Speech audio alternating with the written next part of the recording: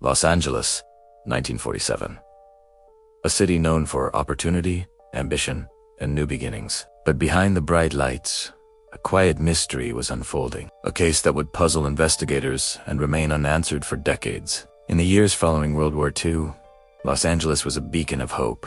People from all over the country flocked to its sunny streets, chasing dreams of fame, fortune, and reinvention. The city was booming, a symbol of the American dream in motion. Yet, beneath this glamorous surface, a darker story was about to emerge. It was a story that would capture the nation's attention, leaving a permanent mark on the city's history. This case would become a chilling legend, not for what was known, but for what remained hidden in the shadows. It is a mystery that begins not with an answer, but with a name that would echo through time. Elizabeth Short was a young woman with hopes of building a better future. She traveled to California believing in opportunity and possibility. Born in Massachusetts, she moved around frequently, living in Florida and then California, always searching for a place to belong. Like many others, she was drawn to the promise of Hollywood, a world that seemed to offer endless potential. Friends described her as polite and soft-spoken. She was known for her quiet demeanor and her aspirations,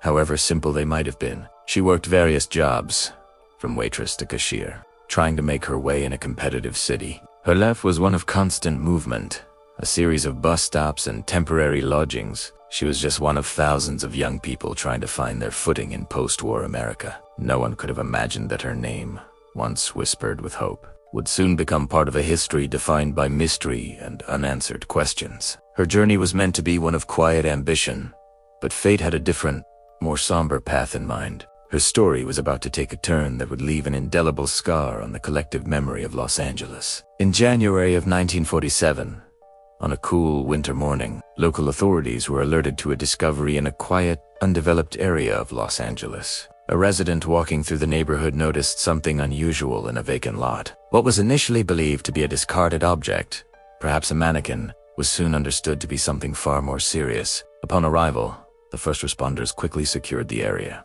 They immediately recognized the gravity of the scene before them. The discovery was identified as Elizabeth Short.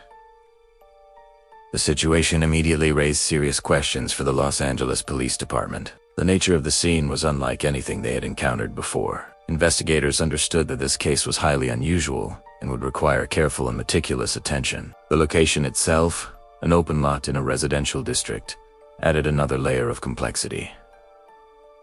How had she arrived there? Who was responsible? The questions began to mount from the very first moments of the investigation. The responding officers knew this was not an ordinary crime.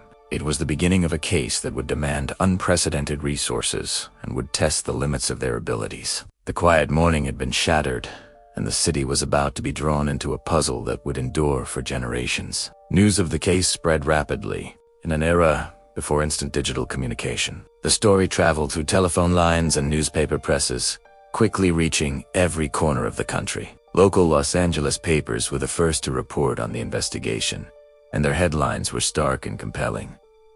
Public interest grew almost overnight. The details, as they were released, captured the public's imagination and fueled widespread discussion. Soon, speculation began to overshadow verified facts. Rumors and theories circulated freely, often blurring the line between what was known and what was merely imagined. The media coverage was intense and relentless, turning the investigation into a national spectacle. Reporters followed every lead, interviewed anyone connected to Elizabeth Short, and published daily updates that kept the public engrossed. This constant attention created immense pressure on the police department to find answers quickly. Yet, despite the intense scrutiny and the flood of information, clear answers remained difficult to find. The more the story was told, the more enigmatic it seemed to become. The case had transformed from a local police matter into a nationwide obsession, with everyone seeking a resolution that remained just out of reach. During the investigation, a new and unsettling element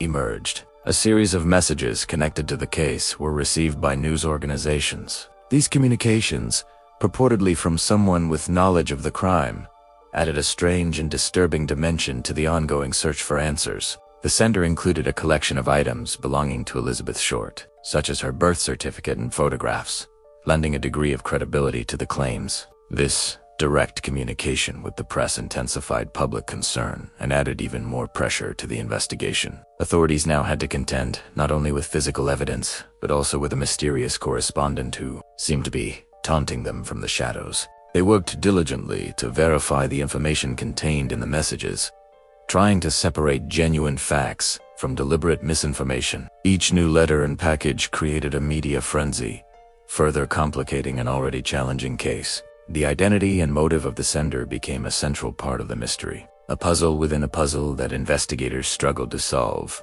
The messages created a narrative of their own, one that deepened the intrigue and made a resolution feel ever more distant. The investigation was one of the largest in the history of the Los Angeles Police Department. Numerous leads were examined, and hundreds of potential suspects were considered. Many individuals were questioned, some for days at a time. The police department dedicated a massive amount of manpower to sift through every piece of information, no matter how small. Detectives chased down tips that came from all over the country. Some claims appeared promising at first, with individuals even confessing to the crime. However, upon further scrutiny, these confessions were found to be unreliable, made by people seeking attention or who were mentally unwell. As time passed, the challenges mounted. Evidence became harder to verify, memories faded, and the trail grew cold. The sheer volume of information, much of it false or misleading, overwhelmed the investigators. Despite their exhaustive efforts, every lead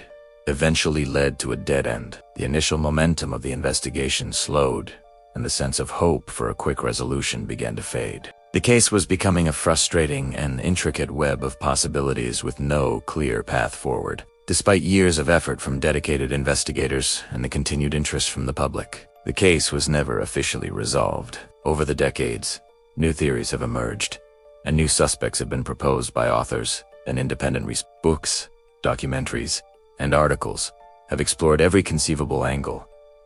Yet none has provided a definitive answer that could lead to a formal conclusion. The Los Angeles Police Department officially lists the case as open but inactive. It remains one of the most well-known unsolved investigations in American history, a story that has been passed down through generations. Today, the case serves as a somber reminder of how some questions remain unanswered, even with extensive investigation and worldwide attention. It highlights the limits of forensic science at the time, and the challenges of navigating a media-saturated environment.